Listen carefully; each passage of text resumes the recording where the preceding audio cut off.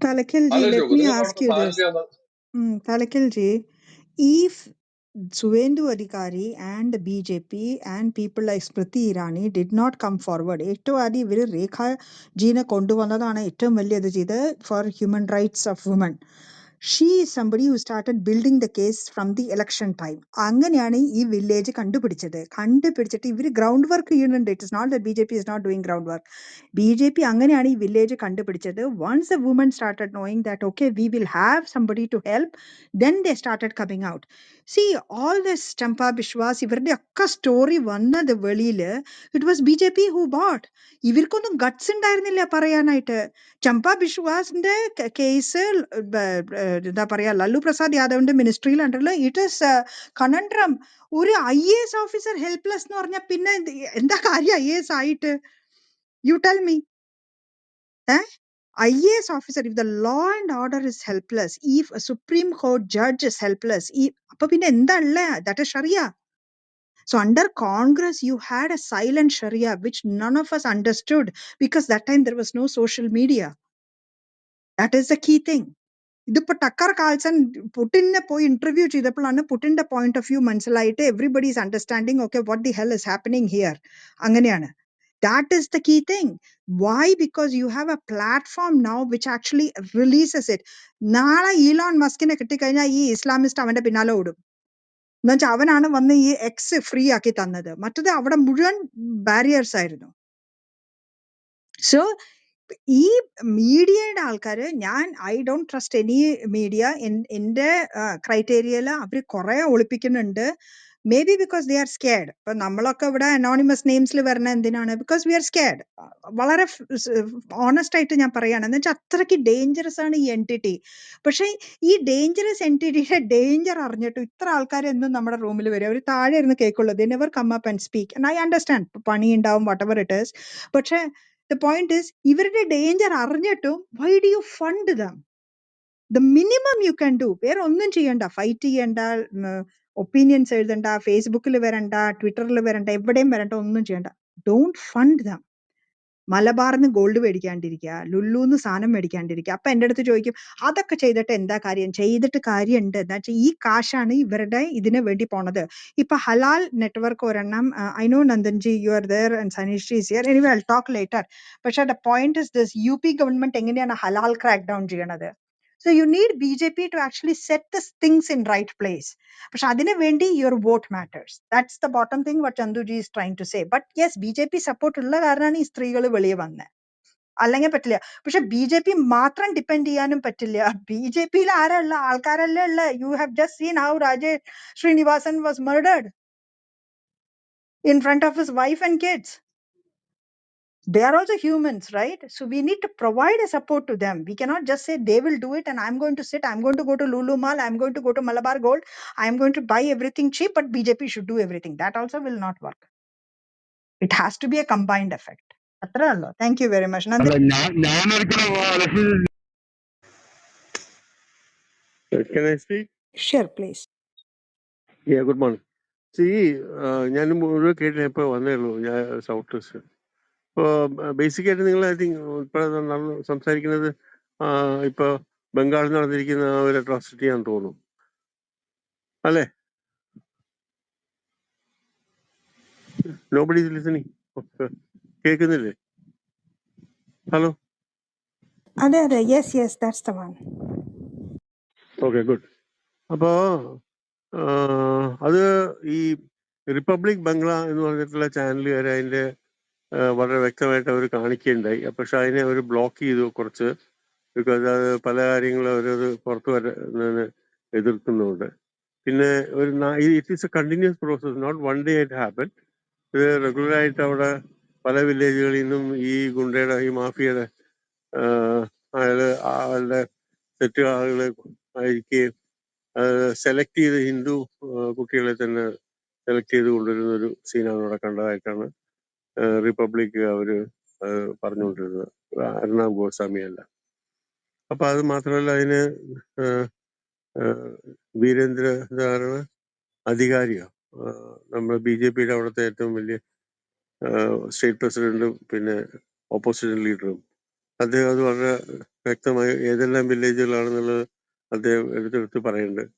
അതിനകത്ത് സംഭവിച്ചിരിക്കുന്നത് നമ്മുടെ ഈ ലോ ആൻഡ് ഓർഡർ ഒരു സ്റ്റേറ്റ് സബ്ജക്റ്റ് ആയതുകൊണ്ട് സ്റ്റേറ്റ് ആണ് ഹാൻഡിൽ ചെയ്യുന്നത്. പക്ഷേ സ്റ്റേറ്റ് ഹാൻഡിൽ ചെയ്യുന്നില്ല, സ്റ്റേറ്റ് കംപ്ലീറ്റ് ആയിട്ട് ഇതായിരിക്കണം. അതുകൊണ്ട് ഇന്നലെ സ്മൃതി ഇറാനി എല്ലാം വളരെ രൂക്ഷമായിട്ട് അവർ റിസൈൻ ചെയ്യണം, she should come out, because ഇത് അവരുടെ സേഫ്റ്റി, അവിടുത്തെ സിറ്റിസൺസിന് സേഫ്റ്റി കൊടുക്കാൻ പറ്റിയില്ലെങ്കിൽ then better use get out എന്നൊക്കെ പറയുന്നുണ്ട്.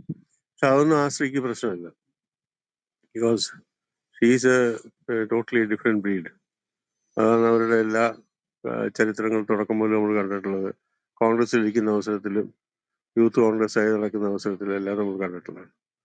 She's A street fighter. So she എന്ത് പറഞ്ഞാലും റോട്ടിലിറങ്ങി ബഹളം കൂട്ടുന്നതാണ്. അത് ശരിക്കോ തെറ്റണോ എന്ന് അവർക്ക് ബോധമില്ല. അവര് അവർക്ക് ഇഷ്ടപ്പെട്ട അല്ലാത്ത കാര്യത്തിനൊക്കെ അവരങ്ങനെ ഇറങ്ങും. അങ്ങനെയാണ് അവര് നേതാവായത്. അല്ലാണ്ട് ഒരു സെൻസിബിൾ ആയിട്ടുള്ള ഒരു ലീഡർ ആയിട്ടല്ല വന്നിരിക്കുന്നത്. സെൻസിബിൾ ആയിട്ടുള്ളത് ഇപ്പൊ ഈ കഴിഞ്ഞ 10 കൊല്ലം നമ്മൾ ഓപ്പോസിഷനിൽ കണ്ടിട്ടില്ല. ബിക്കോസ് അവരെ സംബന്ധിച്ചിടത്തോളം അവർ ടോട്ടലായിട്ട് ഒരു ലോസ്റ്റ് സ്റ്റേജിൽ ഇപ്പൊ നിൽക്കുകയാണ്. ഇപ്പോൾ അത് എങ്ങനെയാണ് ഒപ്പോസ് ചെയ്യേണ്ടതെന്ന് കൂടെ അവർക്ക് അറിയാതെയുണ്ട്. 10 കൊല്ലം അവർ കിടന്ന് കൂകി അല്ലെങ്കിൽ ഒരു വാക്കൗട്ട് നടത്തി അങ്ങനെയൊക്കെയാണ് അവര് കാര്യങ്ങളെ നേരിട്ടത്. അപ്പൊ ഒരു കാരണവശാലും അവർക്ക് ഈ ഈ നമ്മുടെ ഭാരതത്തിന്റെ പ്രശ്നങ്ങളെ മനസ്സിലാക്കാൻ കഴിഞ്ഞിട്ടില്ലെന്നും, അതോ മനസ്സിലാക്കിയിട്ടുണ്ടെങ്കിൽ അതിനെ എങ്ങനെ എതിർക്കണമെന്ന് അവർക്ക് അറിയാനും വേണ്ടിയുണ്ട്. അപ്പൊ അങ്ങനെ അവരൊരു കൊയാഗുലേറ്റഡ് പൊസിഷനിലാണ് അവർ നിന്നിരുന്നത്. അതിപ്പോ കൂടുതൽ പുറത്തു വരികയും ഈ ജോഡോ യാത്രയോട് അത് ലാസ്റ്റ് ഫൈനൽ നെയിലും വരാൻ തുടങ്ങി. പക്ഷേ ഇതിന്റെ പുറകിൽ നിൽക്കുന്ന ഫണ്ടേഴ്സ്, സോറോസിനെ പോലുള്ളവര് പിന്നെയും ആ കർഷകന്മാരെ പുറത്തേക്ക് ഇറക്കിയിട്ടുണ്ട്. അതുപോലെ തന്നെ ഈ ഇങ്ങനത്തെ അട്രോസിറ്റീസ് പല ഭാഗങ്ങളും നടത്തി ജനങ്ങളെ ഭീഷണിപ്പെടുത്തുകയും പേടിപ്പിക്കുകയും ചെയ്യാൻ ശ്രമിക്കുന്നു.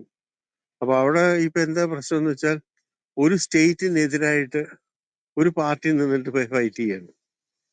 ഒരു സ്റ്റേറ്റിന്റെ കംപ്ലീറ്റ് മിഷനറി. ആനന്ദ് ബോസിന് ഇവിടുന്ന് ഒരു പാവ അയാള് അവിടെ കിടന്ന് ഞാൻ I will resist, I will do it എന്ന് പറഞ്ഞ് ആനന്ദ് ബോസും കിടന്ന് പറഞ്ഞുകൊണ്ടിരിക്കുന്നത് അവിടുത്തെ ഗവർണർ. ആ ഗവർണറിന്റെ മൂപ്പരെ കൈകൊള്ളൊന്നും അവിടെ കാണുന്നില്ല. We never found anything. And I try to maximum friendly with Mamata Banerjee.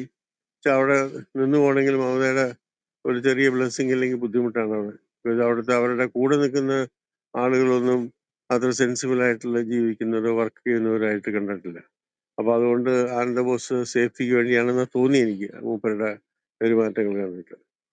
അപ്പൊ അങ്ങനെ അവിടെ പൊതുവെ ഇന്ത്യയുടെ പല ഭാഗങ്ങളിലും ഈ വക പ്രശ്നങ്ങളെ അവർ കുത്തിപ്പൊക്കാനും എന്തെങ്കിലും ഒരു ക്രൈസിസ് സൃഷ്ടിക്കാനും അതിന്റെ മുകളിൽ ജനങ്ങൾക്ക് ഒരു വെറുപ്പ് വരുത്താനും ഒക്കെയാണ് ശ്രമിക്കുന്നത്.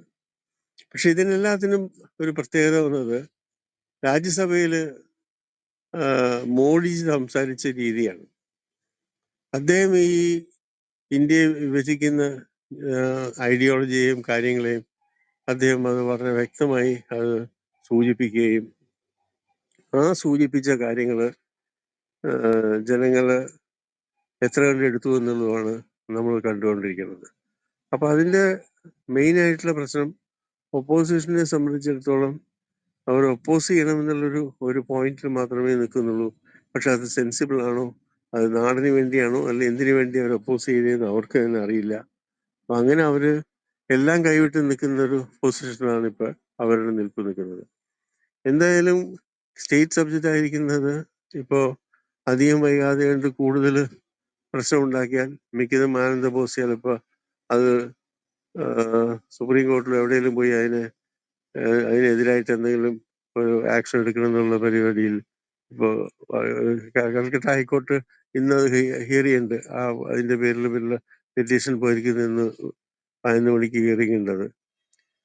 അത് നോക്കാം എന്താണ് അവിടെ നിന്ന് വരാൻ പോണെന്നുള്ളത്. ഇപ്പൊ അത് അവസാനം ഇപ്പൊ നടക്കുന്ന രാഷ്ട്രീയവും ജനങ്ങളുടെ പ്രശ്നങ്ങളും എല്ലാം രാഷ്ട്രീയക്കാരും മാത്രമല്ലാണ്ട് ജഡ്ജിമാരും ജുഡീഷ്യറിയും അതുപോലെ തന്നെ ഓപ്പോസിഷന് കഴിവില്ലാത്ത കാരണം അവര് കുറെ ഗുണ്ടകളും മാഫിയകളുമായി നിൽക്കുന്ന ഒരു സംഭവം. അങ്ങനെ ആകെപ്പാടെ ഒരു ഒരു പീസ്ഫുള്ളായി ഒരു രാജ്യം പ്രോഗ്രസ് ചെയ്യേണ്ട സമയത്ത് ആ പീസ്ഫുൾനെസ്സിനെ അവർ ഏതെങ്കിലും തരത്തിൽ നശിപ്പിച്ച് ഈ തരത്തിലുള്ള ഒരു ഒരു സ- ഒരു സ- ഒരു സ്റ്റേജിലേക്കാണ് അവർ കൊണ്ടെത്തിച്ചിരിക്കുന്നത്.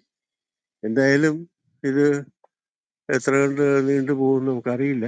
എന്നിരുന്നാലും ഈ ഇലക്ഷൻ അടുത്ത് വരുന്നതുകൊണ്ട് ഇതിൻ്റെതായിട്ടുള്ള റെപ്രിക്കേഷൻസ് വരാൻ ചാൻസസ് ഉണ്ടെന്നുള്ളതും, അപ്പൊ ആ റിപ്രിക്കേഷൻസിനെ നമ്മൾ എങ്ങനെയാണ് കൺട്രോൾ ചെയ്യേണ്ടത്, അല്ലെങ്കിൽ എങ്ങനെയാണ് നമ്മൾ വർക്ക് ചെയ്യേണ്ടത് എന്നുള്ളത് തന്നെയാണ് നമ്മളുടെ ആലോചിക്കുന്നതിനുള്ള നമ്മുടെ ഭൗതിക പ്രവർത്തകന്മാരെല്ലാവരും ഇരുന്നിപ്പോൾ ആലോചിച്ചുകൊണ്ടിരിക്കുന്നത്. എന്തായാലും അവരിപ്പോൾ ഏതെല്ലാം തരത്തിൽ ഇതിനെ പ്രശ്നമാക്കാൻ ശ്രമിച്ചാലും അതിനെല്ലാം നമ്മൾ തരണം ചെയ്യും. വളരെ ആത്മാർത്ഥമായി നമ്മുടെ ഈ മദർ ഇന്ത്യ എന്നുള്ള ആ ഒരു കോൺസെപ്റ്റിന് നമ്മൾ പോറലേൽപ്പിക്കാൻ സമ്മതിക്കില്ല. നമ്മളതിന് വളരെ ശക്തമായി നമ്മളാൽ കഴിയുന്നതെല്ലാം നമ്മൾ ചെയ്യും എന്നുള്ളതാണ് എനിക്കിപ്പോൾ പറയാൻ. ഞാൻ തുടരാം, പക്ഷെ ബാക്കിയുള്ള because I didn't listen to other subjects what you are discussing. That's reason I am believing it.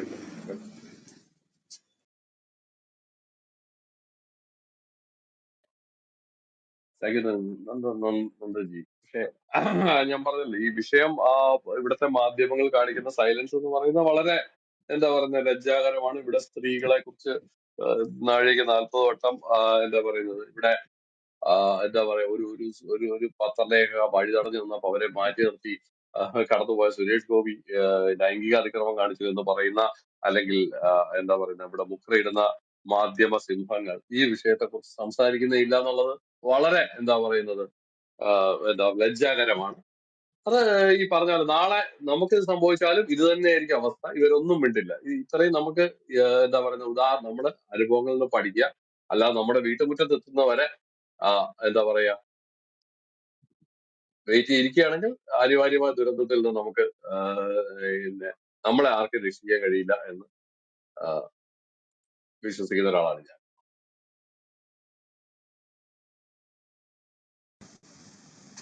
അത് തീർച്ചയായിട്ടും ശരിയാണത്. എന്താന്ന് വെച്ചാൽ ഇപ്പോ ബി ജെ പിക്കാരാണ് വിക്ടിം എന്ന് വെച്ചാൽ അവരത് അനുഭവിക്കേണ്ടവരാണ് എന്ന് വിശ്വസിക്കുന്ന ഒരു തത്വസംഹിതയിലാണ് ഇന്നത്തെ കേരളത്തിലുള്ള മാധ്യമങ്ങൾ മുഴുവൻ നോഴി നടക്കുന്നത്. അല്ലെങ്കിൽ അവര് അബ്ദുൽ ഗഫൂറിന്റെ കയ്യിൽ നിന്ന് ആരുടെ കയ്യിൽ കാശ് മേടിച്ചു എന്നറിയില്ല.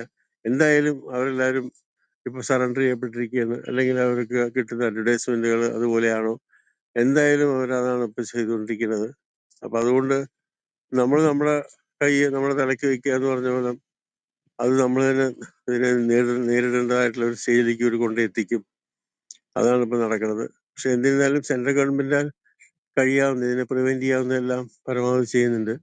വെസ്റ്റ് ബംഗാളിലെ കേസ് വ്യത്യാസമുണ്ട്. ബിക്കോസ് അവിടുത്തെ സിസ്റ്റത്തിന് കംപ്ലീറ്റ് മാറ്റങ്ങളുള്ളതുകൊണ്ട് അവിടുത്തെ ഈ ബംഗ്ലാദേശി ആളുകൾ അവിടെ വന്ന് കൂടുതലും സെറ്റിൽ ചെയ്തിട്ടുള്ളതുകൊണ്ടും അവരുടെ പോപ്പുലേഷനിൽ അവരുടെ ഡെമോഗ്രാഫിക് ആയിട്ടുള്ള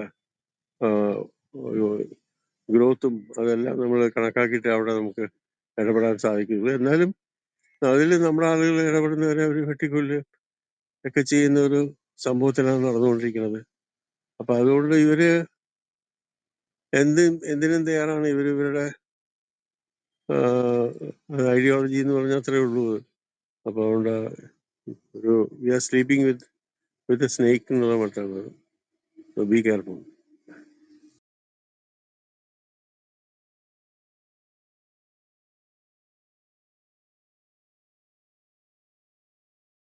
I think since elections are approaching, they will not even have president's rule, because then that becomes a excuse for India alliance to get sympathy. So yeah, people have to fight it അതുകൊണ്ട് themselves. One second madam, അതല്ല അവിടെ നമ്മള് president rule കൊണ്ടുവന്നു കഴിഞ്ഞിട്ടുണ്ടെങ്കിൽ അത് that will be a plus point for the India alliance to fight with us. അതായത് അവർ elected naturally government ജനങ്ങളെ ഇലക്ട് ചെയ്തിരിക്കുന്നതിനെ നമ്മൾ പറഞ്ഞു വിട്ടു. അവർ തെറ്റ് ചെയ്തോ ശരി ചെയ്തോ എന്നുള്ളത് വേണമെങ്കിൽ കോടതി പോകായിരുന്നു എന്നാണ് അവർ ഉദ്ദേശിക്കുക. അപ്പൊ ആ ഒരു പേജ് ദോഷം വരാണ്ടിരിക്കാനാണ് നമ്മൾ പല സ്ഥലത്തും മിണ്ടാതിരിക്കുന്നത്. അല്ലെങ്കിൽ ഇതിനു മുമ്പ് ചെയ്യുന്നതിനൊക്കെ അറിയാം. അതുകൊണ്ടാണ് മോഡിജി ഒരു സിസ്റ്റമാറ്റിക് ആയിട്ട് ഒരു കാരണവശാലും ഒരു കഴിഞ്ഞ 10 കൊല്ലം നമ്മൾ അല്ലെങ്കിൽ പല പ്രശ്നങ്ങളുണ്ടാക്കിയ സ്റ്റേറ്റുകളുണ്ടായിരുന്നു. പക്ഷെ അവരൊന്നും നമ്മൾ പിരിച്ചുവിടാവുന്നതിന് കാരണം അത് തന്നെയാണ്. അതുകൊണ്ട് അത് നമ്മൾ മെയിൻറ്റെയിൻ ചെയ്യും. ഇനിയിപ്പോൾ ഏതായാലും ഉള്ളി 2-3 months ഉള്ളൂ. അതിനുള്ളിൽ ഇവർ എത്ര കണ്ട് അവർ ജനങ്ങളെ ഉപദ്രവിക്കുമെന്നുള്ളത് നോക്കാം. അതിനുശേഷം പിന്നെ വേണ്ട പോലെ നോക്കാവുന്നതാണ്. ഇപ്പോൾ ഒരു സ്റ്റേറ്റ് മിഷണറിക്കെതിരായിട്ടൊരു പാർട്ടി ഒപ്പോസിഷൻ, അതും വളരെ റീസെൻ്റ് ആയിട്ട് അവിടെ ഡെവലപ്പായിരിക്കുന്ന ഒരു പാർട്ടി അതിനെ എങ്ങനെ നിൽക്കുന്നു എന്നതാണ് നമ്മൾ ഒന്ന് ആലോചിക്കുന്നത്. സൗത്ത് ഇന്ത്യയിലേക്ക് വരുമ്പോഴത്തേക്ക് അറ്റ്ലീസ്റ്റ് ഫോർ എക്സാമ്പിൾ ഇപ്പോൾ തമിഴ്നാട്ടിലും അവിടെയാണെങ്കിലും കുറച്ചെങ്കിലും ഡയലോഗുകൾക്കൊരു വാല്യൂ ഉണ്ട്. ഇവിടെ അതിനും യാതൊരു വാല്യൂ ഇല്ല. അപ്പം അങ്ങനത്തെ ഒരു ജംഗിൾ രാജ എന്ന് പറയുന്ന പോലെ ഉള്ള സംഭവമാണ് ഇവിടെ നടക്കുന്നത്. This was the same case with Asif Khan in UP, right? ഇപ്പം അയാൾ എവിടെയാണ്? ജയിലിലാണ്. അയാളുടെ ഭാര്യയും ജയിലിലാണ്. അയാളുടെ ഫുൾ ലാൻഡ് ഗ്രാബ് ചെയ്തിട്ട് അയാൾ എഞ്ചിനീയറിംഗ് കോളേജ്, മെഡിക്കൽ കോളേജ്, വീട് എന്തൊക്കെ ഉണ്ടാക്കി വെച്ചിരുന്നു ഒക്കെ ബുൾഡോസർ വെച്ച് ക്ലീൻ ചെയ്തു യോഗി. അതേമാതിരി സ്റ്റേറ്റിൽ ഗവൺമെന്റ് കൊണ്ടുവന്നു കഴിഞ്ഞാൽ BJP ക്യാൻ ഫങ്ഷൻ. പക്ഷെ പീപ്പിൾ ഹാവ് ടു വോട്ട്. ഈ ഭദ്രലോക് ബംഗാളീസ് ഇസ് വേഴ്സ് ദാൻ ഈ കേരളത്തിലെ കോൺഗ്രസീസ് ആൻഡ് കമ്മ്യൂണിസ്റ്റ്. ഒരു വിവരവും ഇല്ല. പോരാത്തതിന് അവരുടെ പെൺകുട്ടികളാണ് ഏറ്റവും ജാസ്തി ലവ് ജിഹാദിൽ പെടുന്നത് next to Kerala. Externally like outside India ഏറ്റവും ജാസ്തി ഈ ഇതിൽ പെട്ട്, from Reena Roy to the lady who got killed in Afghanistan, the doctor who got killed in Afghanistan because she married an Afghani. Everybody is a Bengali. ഇവർക്ക് ഭയങ്കര പ്രശ്നമാണ്. That's another liberal very notoriously stupid crowd, but thinks that they are very very intelligent for some odd reason. So yes, Abhi. അതിൽ ഇന്നലെ ഫസൽ റഹ്മാൻ പറഞ്ഞ ഒരു point വളരെ വ്യാപ്തമായി നിൽക്കുന്നത്. അദ്ദേഹം മൂപ്പര് വന്ന് പറഞ്ഞപ്പോൾ ഒരു ഹിന്ദുക്കൾക്ക് അവരുടേതായ ഒരു ആത്മാഭിമാനമില്ല. അത് നഷ്ടപ്പെട്ടു കേരളത്തിലും അതുപോലെ തന്നെ ബംഗാളിലും. പക്ഷെ ബംഗാളിൽ പിന്നെയും കുറച്ചെങ്കിലും ഒക്കെ ഉണ്ടെന്ന് വയ്ക്കാം. ഇവിടെ തീരെയില്ല. ഇവിടെ ഇപ്പോൾ മൂപ്പരതിന് ഉദാഹരണങ്ങൾ പറഞ്ഞത് പലതാണ്. ഏതായാലും അത് തിരിച്ചു വരാത്തിടത്തോളം കാലം വരെ ഇവിടുത്തെ ഹിന്ദുക്കളെ ഏകോപിപ്പിക്കാൻ ബുദ്ധിമുട്ടെന്നാണ് മൂപ്പര് പറയണത്. and അത് ശരിയാന്ന് തോന്നുകയും ചെയ്തു. ബിക്കോസ് ആ ഒരു ആത്മാഭിമാനം വരുമ്പോഴാണല്ലോ നമ്മൾ ഒരുമിക്കുന്നത്. അതിപ്പോ മുസ്ലിംസിനായാലും ക്രിസ്ത്യൻസിനായാലും അവരവരുടേതായ മതപരമായ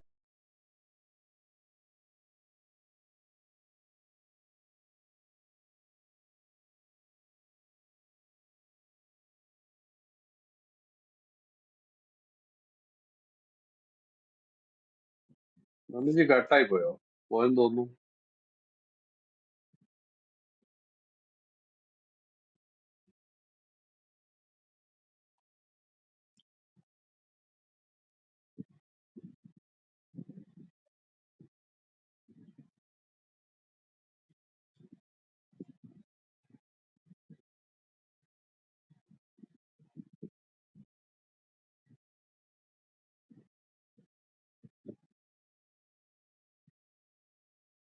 നന്ദൻജി കട്ടായെന്ന് തോന്നുന്നു കേട്ടോ.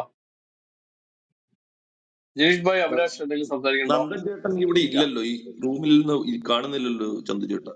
കട്ടായി പോയി. എനിക്ക് ഒന്ന് ഡിസ്കണക്ട് ആയി പോയത് തോന്നുന്നു കേട്ടോ. ഇതൊരു വല്ലാത്ത സംഭവമാണ്. ഇതൊന്നും ആരും ചർച്ച പോലും. ഞാൻ ഈ വാർത്ത ഇപ്പോഴാണ് നിങ്ങൾ പറയുമ്പോഴാണ് ഞാൻ ഇവിടുത്തെ ഈ ഒരു വാർത്ത ഉണ്ടെന്നുള്ളത് തന്നെ അറിയുന്നത്. ഇങ്ങനെ ഈ സന്ദേശ് കാലി ഇഷ്യൂ, അത് എന്ന് പറഞ്ഞാൽ എന്തൊരു ദുരവസ്ഥയാണെന്നാണ് ആലോചിക്കുന്നത്. എത്ര കാലമായിട്ട് ഈ ബംഗാളികൾ കിടന്ന് സഹിക്കുവാണ് അല്ലെങ്കിൽ ഇവർക്കെന്ന് പറഞ്ഞാലെങ്കിൽ ഈ കമ്മ്യൂണിസ്റ്റുകാരായിട്ട് ഉള്ള ചിന്താഗതി വന്ന് നശിച്ച് നാമാവശേഷം ഒന്ന് ആലോചിച്ച് നോക്ക്. വിഭജനത്തിന്റെ എല്ലാ ദുരന്തവും ഇവരാണ് അനുഭവിച്ചുള്ളത്. അതിനുശേഷം ഇത് ഉണ്ടായതിനു ശേഷം അവർക്ക് ഒരു ഗതിയില്ല. ഇപ്പോഴും ഇവര് സത്യമാണ് ഇങ്ങനെയൊക്കെയുള്ള സ്ഥലങ്ങളാണ് ഉള്ളത്. എന്ത് ചെയ്യാനാണ്? എന്തൊരു ദുരവസ്ഥയാണ് സത്യം പറഞ്ഞാൽ. ആളുകൾക്ക് വല്ലാത്ത കഷ്ടമാണ് ഇപ്പോഴത്തെ ഈ ബംഗാളിന്റെ അവസ്ഥ. എത്ര കാലമായിട്ട് ഇവര് ഒരു തലമുറയല്ല, എത്രയോ തലമുറകളായിട്ട് ഇങ്ങനെ സഹിക്കുവാണ് സത്യം പറഞ്ഞാൽ. ഇന്ത്യയിലുള്ള എല്ലാ മാധ്യമ പ്രവർത്തകരും എല്ലാവരും ഈ പറഞ്ഞ ഇതൊക്കെ കാണുന്നുണ്ട്. ഇവർക്കെല്ലാം ഇതിങ്ങനെയാണെന്ന് അറിയാം. പക്ഷെ എങ്കിൽ പോലും ഇതിനെക്കുറിച്ച് ഒരു ആരും പ്രതികരിക്കുന്നില്ലല്ലോ എന്ന് ആലോചിക്കുമ്പോഴാണ് സത്യം പറഞ്ഞത് വല്ലാത്ത എനിക്കത് കേട്ടപ്പോൾ തന്നെ ഭയങ്കര ഒരു ഇതായി പോയി. വല്ലാത്ത ദുർഗതിയാണ് ഇവിടുത്തെ ഹിന്ദുക്കൾക്ക്.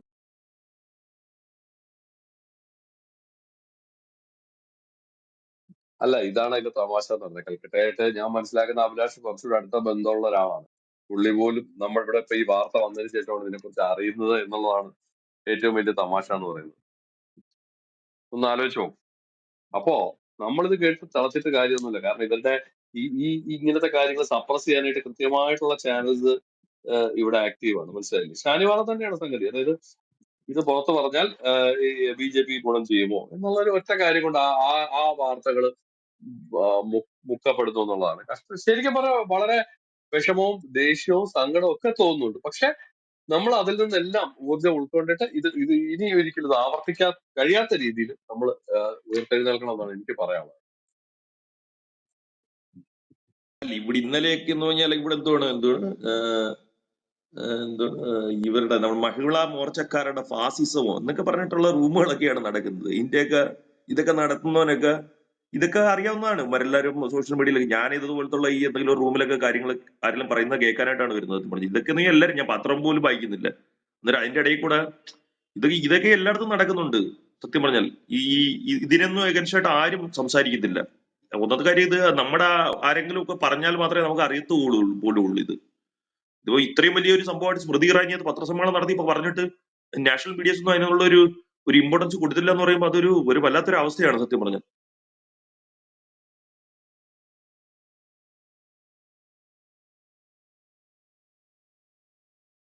അല്ല, അവർ ചെയ്യുന്നത് 2 ദിവസം 1-2 ദിവസം നിശബ്ദത പാലിക്കുക, ഇത് പതുക്കെ സപ്രസായി പോകുന്നെങ്കിൽ പോട്ടെ എന്ന് ചോദിക്കും. നിവൃത്തിയില്ലെങ്കിൽ പതുക്കെ പൊക്കി എടുത്തോണ്ട് വരും. അതാണ് നമ്മൾ ഇതുവരെ കണ്ടിട്ടുള്ള കാര്യങ്ങൾ വെച്ച് സംഭവിക്കാൻ പോകുന്നത്. ഇത് ശരിക്കും ഒരു മുന്നറിയിപ്പാണ്. നിങ്ങൾക്ക് ആ മുന്നറിയിപ്പിന്റെ പാഠം ഉൾക്കൊള്ളാൻ കഴിഞ്ഞില്ലെങ്കിൽ കുറച്ച് കഴിയുമ്പോഴത്തേക്ക് ഈ കേരളത്തിൽ ഓരോ സ്ഥലങ്ങളിൽ ഇങ്ങനെ സംഭവിക്കുന്നതായിട്ടുള്ള വാർത്തകൾ വന്നു തുടങ്ങും. അപ്പോഴും നമുക്ക് ആശ്വസിക്കാം കേട്ടോ. എന്റെ മുറ്റത്ത് ഇതുവരെ വന്നിട്ടില്ല, റോഡിൽ ചിലപ്പോൾ വന്നിട്ടുണ്ടാവും, പക്ഷെ മുറ്റത്ത് ഇതുവരെ വന്നിട്ടില്ല എന്ന് ആശ്വസിച്ച് നമുക്ക് ചാരിയ സൈഡിൽ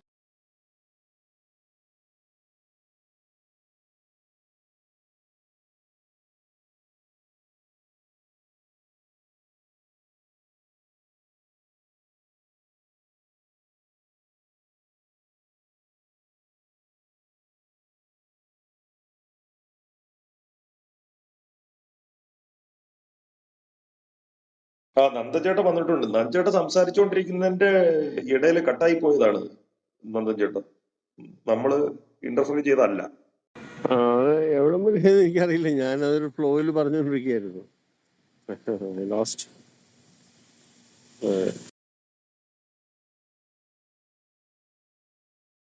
We were talking about നമ്മൾ ഈ President's rule. ഫാർമേഴ്സ് പ്രൊട്ടസ്റ്റ് ഒക്കെ President's rule. പറഞ്ഞുകൊണ്ടിരുന്നത് അതിനിടയിൽ അങ്ങ് കട്ടായി പോയി. കേട്ടോണ്ടിരുന്നതാണ്, ശ്രദ്ധിച്ചുകൊണ്ടിരുന്നതാണ്, പക്ഷെ അത് മറന്നുപോയി എവിടെയാന്ന്. President's rule എന്താ കൊണ്ടുവരാൻ?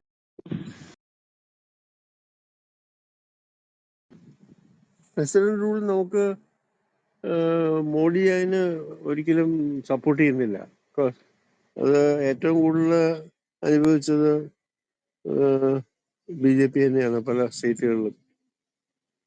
അതുകൊണ്ട് നമ്മളതിനെ സപ്പോർട്ട് ചെയ്യുന്നില്ല എന്നുള്ളത് one of the main reason.